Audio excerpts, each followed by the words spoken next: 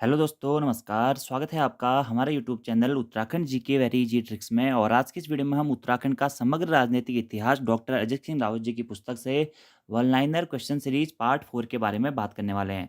इससे पहले मैं दोस्तों 3 पार्ट्स आपको इसके ऊपर दे चुका हूं और आज हमारा ये चौथा पार्ट रहेगा, जो कि आपके आने वाले सभी एग्जाम्स के लिए बहुत महत्वपूर्ण। अगर आपने इससे पहले के 3 पार्ट्स नहीं देखे हैं तो आप उन्हें भी देख लीजिएगा और आगे वाले पार्ट्स को भी दोस्तों आप कंटिन्यू देखते रहिएगा। तो ये सीरीज हम क्वेश्चन फॉर्मेट में चला रहे हैं। डिटेल्स में आपको पढ़ना है तो प्लेलिस्ट में वीडियोज हैं, आप वहाँ से पढ़ सकते हैं। और इसी के साथ में दोस्तों आपको उत्तराखंड की पोस्टमार्टम क्लासेज वाली सीरीज जरूर देखनी है। मैंने वहाँ पर जो फैक्ट बताए हुए हैं वो फैक्ट मैं यहाँ पर आपको कम बताने की कोशिश करूंगा, और कुछ फैक्ट मैं आपको आज की वीडियो में क्वेश्चंस के माध्यम से बताऊंगा और कुछ फैक्ट मैं आपको दोस्तों आज की वीडियो में सिर्फ रिटन फॉर्म में बताऊंगा, यानी कि आपको सुनना है और नोट करना चाहते हैं तो कर सकते हैं। चलिए शुरू करते हैं आज की इस वीडियो को, और वीडियो पसंद आती तो लाइक, कमेंट और शेयर करना ना भूलिएगा। आज का हमारा पहला प्रश्न है दोस्तों कि केदारखंड के किस क्षेत्र को तीर्थ शिरोमणि एवं समग्र पापों का विनाशक कहा गया है? तो देवप्रयाग को तीर्थ शिरोमणि एवं समग्र पापों का विनाशक कहा गया है। अगला प्रश्न है, कुमाऊं व गढ़वाल को कौन सा पर्वत प्राकृतिक रूप से अलग करता है? तो बौद्धांचल पर्वत या फिर नंदा देवी पर्वत, जिसे बधाण पर्वत भी कहते हैं, बधाण पर्वत भी कहते हैं, यह कुमाऊं और गढ़वाल को प्राकृतिक रूप से अलग करता है। अगला प्रश्न है, स्कंद पुराण के केदारखंड में गढ़वाल क्षेत्र के क्षेत्रफल की लंबाई और चौड़ाई का अनुपात कितना था? तो स्कंद पुराण के केदारखंड में ऐसा कहा गया है, जो केदारखंड का विस्तार था वह 50 योजन क्षेत्र में फैला हुआ था। लंबाई इसकी 50 योजन थी और चौड़ाई थी इसकी कितनी? 30 योजन। तो 50 योजन और 30 योजन के क्षेत्र में हमारा गढ़वाल क्षेत्र फैला हुआ था स्कंद पुराण के केदारखंड के अनुसार। किस ब्राह्मण ग्रंथ में हमें वाग देवी के निवास स्थान बद्रीनाथ में मिलता है? तो कौशिकी ब्राह्मण में हमें वाग देवी का निवास स्थान बद्रीनाथ में मिलता है। गोपेश्वर के त्रिशूल लेख से हमें कितने नागवंशी राजाओं के बारे में पता चलता है? तो गोपेश्वर के त्रिशूल लेख से हमें 4 नागवंशी राजाओं के बारे में पता चलता है। और ये गोपेश्वर का त्रिशूल लेख किसके द्वारा उत्कीर्ण कराया गया था? तो गणपति नाग के द्वारा उत्कीर्ण कराया गया था। अब ये 4 राजा कौन-कौन से थे याद रखने हैं दोस्तों आपको, स्कंदनाग, विभुनाग, अंशुनाग और गणपति नाग। और गणपति नाग के द्वारा इस त्रिशूल लेख को उत्कीर्ण करवाया गया था। इसी कारण दोस्तों एक प्रश्न यहाँ पर इंपोर्टेंट ये बन जाता है कि नागवंश का सर्वाधिक शक्तिशाली शासक कौन था? तो गणपति नाग हमारा नागवंश का सर्वाधिक शक्तिशाली शासक था, और जिसने यामन प्रदेश से यादवों के या यदुओं के अस्तित्व को मिटाया था कौन था? गणपति नाग ही था। इसी कारण दोस्तों अगर आपसे प्रश्न इस प्रकार से पूछा जाता है कि गोपेश्वर स्थित रुद्र महालय के समक्ष शक्ति मंदिर या त्रिशूल की स्थापना किसने करी थी? तो गणपति नाग के द्वारा की गई थी, जो कि नागवंशी राजा थे। अब दोस्तों त्रिशूल लेख से आपको 2 फैक्ट बहुत जरूरी याद रखने हैं। त्रिशूल लेख उत्तराखंड के 2 स्थानों से मुख्यतः हमें त्रिशूल लेख प्राप्त होते हैं। एक है दोस्तों रुद्र महालय मंदिर, जो कि कहाँ स्थित है?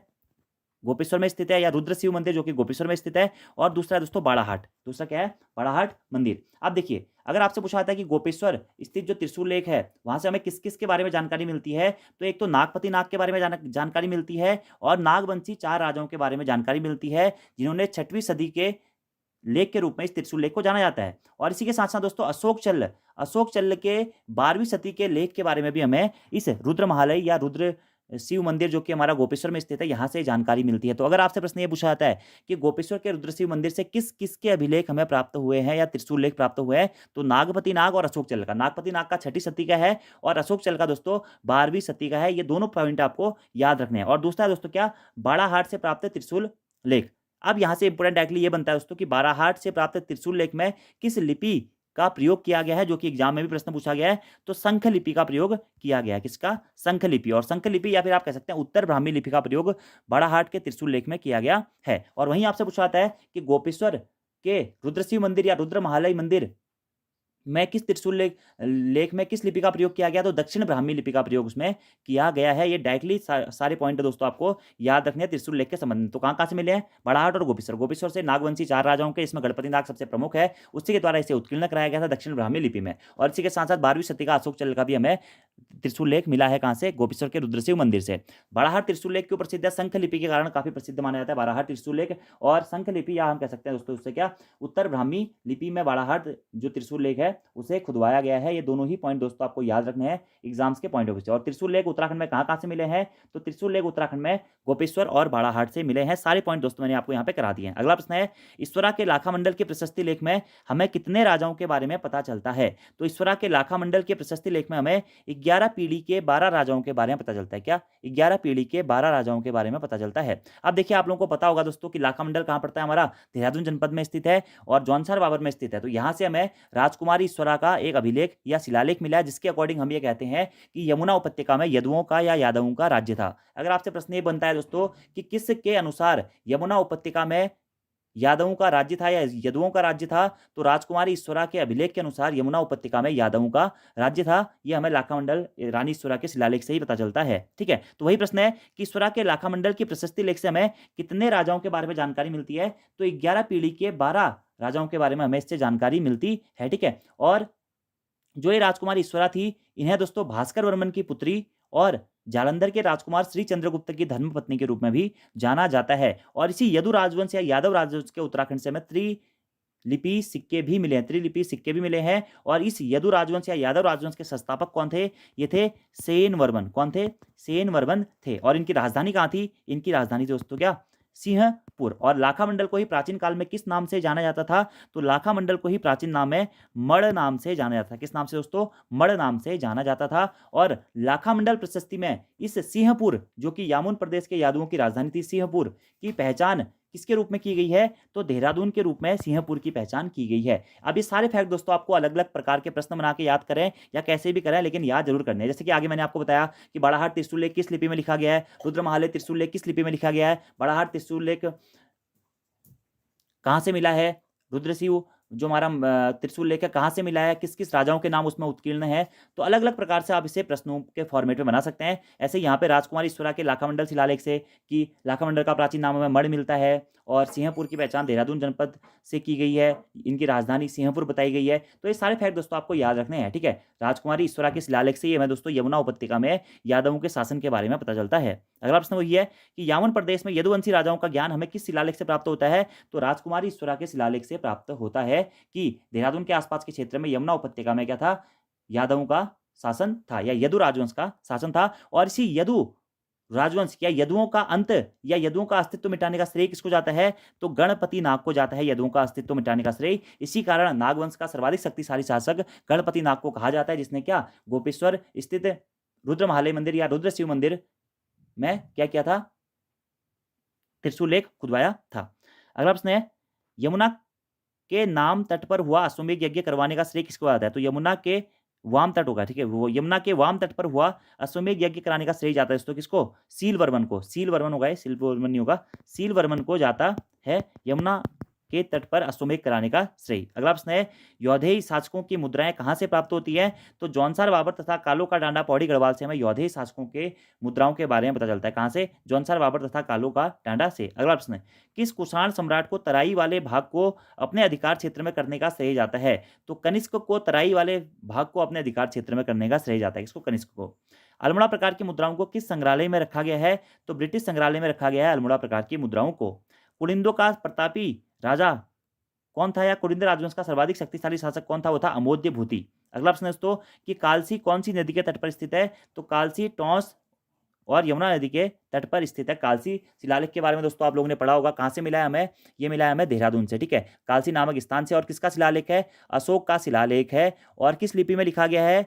तो इसे ब्राह्मी लिपि में लिखा गया। और कौन सी भाषा में लिखा गया दोस्तों? तो प्राकृत भाषा में लिखा गया है। और ये जो एक कालसी नामक स्थान है यह यमुना तथा टॉस नदी के संगम पर स्थित है। इसी कारण कालसी कौन सी नदी के किनारे स्थित है? यमुना और टॉस नदी के संगम पर स्थित है। और कालसी शिलालेख अशोक के द्वारा कब खुदवाया गया था? तो 257 ईस्वी पूर्व में खुजवाया गया था, याद रखना है आपको। अगला प्रश्न है कि कालसी का प्राचीन नाम क्या था? तो कालसी का प्राचीन नाम था दोस्तों कालकूट या सुधनगर।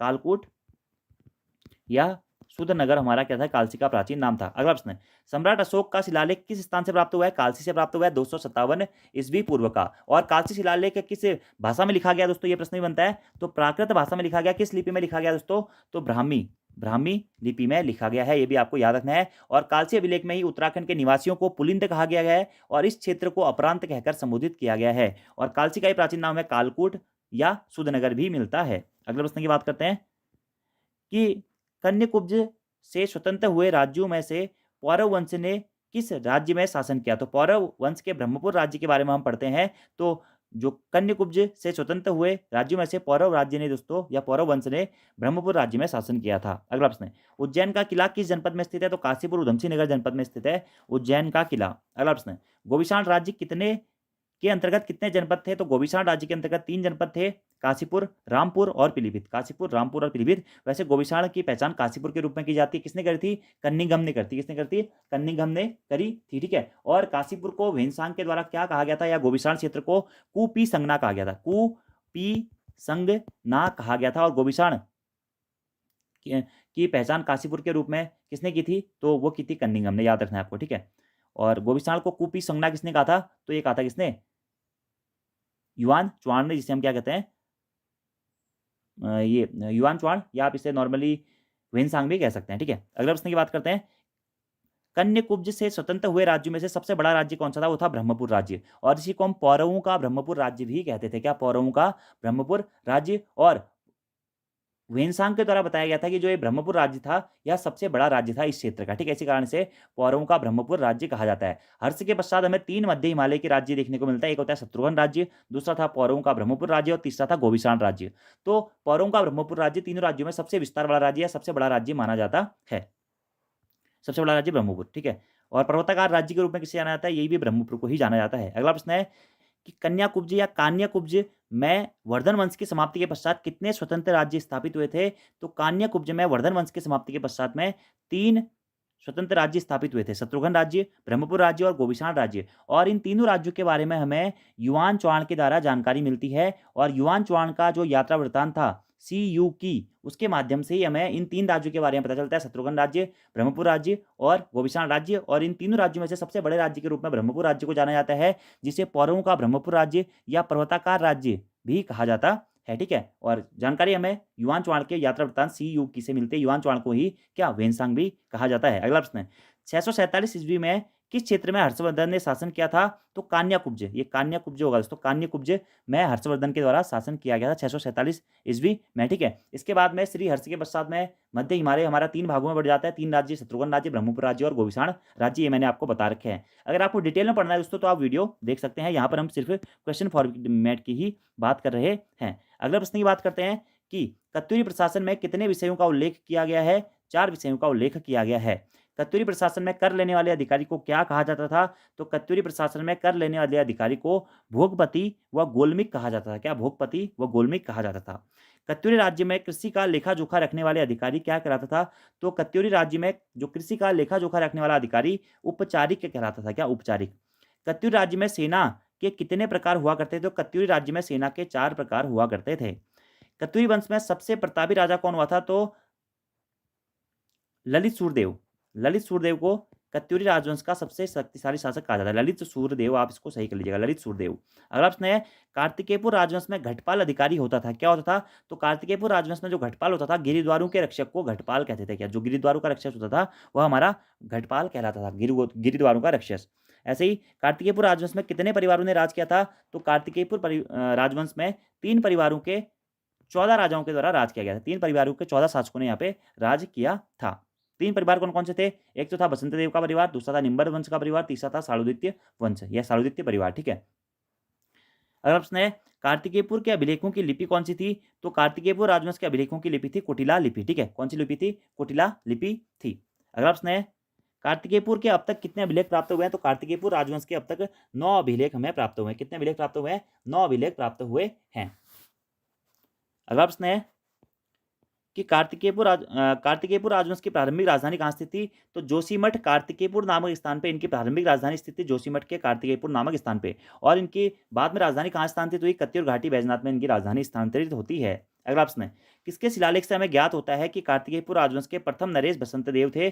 तो बागेश्वर में जो हमें त्रिभुवन राजदेव का शिलालेख मिला है, इससे हमें ज्ञात होता है कि कार्तिकेयपुर राजवंश के प्रथम नरेश क्या थे? बसंत देव थे। तो कार्तिकेयपुर राजवंश के संस्थापक या कत्यूर राजवंश के संस्थापक के रूप में बसंत देव को जाना जाता है। अगला प्रश्न है, कुमाऊं प्रांत के लिए समुद्रगुप्त के प्रयास प्रशस्ति लेख में क्या नाम मिलता है? तो कुमाऊं प्रांत के लिए समुद्रगुप्त के प्रयाग प्रशस्ति लेख में कार्तिकेयपुर नाम मिलता है। यह प्रश्न भी दोस्तों इंपोर्टेंट है। यह भी प्रश्न बन सकता है कि कुमाऊं प्रांत के लिए समुद्रगुप्त के किस लेख में हमें कार्तिकेयपुर नाम मिलता है? तो प्रयाग प्रशस्ति लेख में। कार्तिकेयपुर राजवंश की सीमाओं का एकीकरण करने वाला शासक कौन था?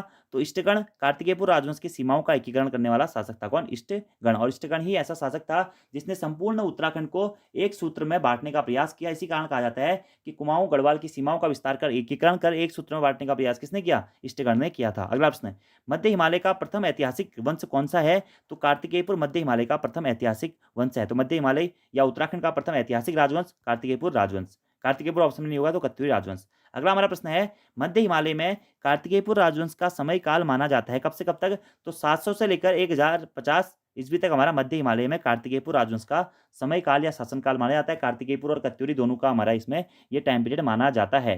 तो दोस्तों आज की वीडियो में इतना ही करते हैं, और आज की इस वीडियो में भी हमने उत्तराखंड के करीबन करीब अजय राउत की किताब से 25 से 30 इंपोर्टेंट क्वेश्चंस के बारे में बात कर ली है। इससे आगे क्वेश्चंस के बारे में हम कभी नेक्स्ट वीडियो में बात करेंगे। तो आज की वीडियो में इतना ही दोस्तों, thank you, thanks for watching video, see you next time, धन्यवाद।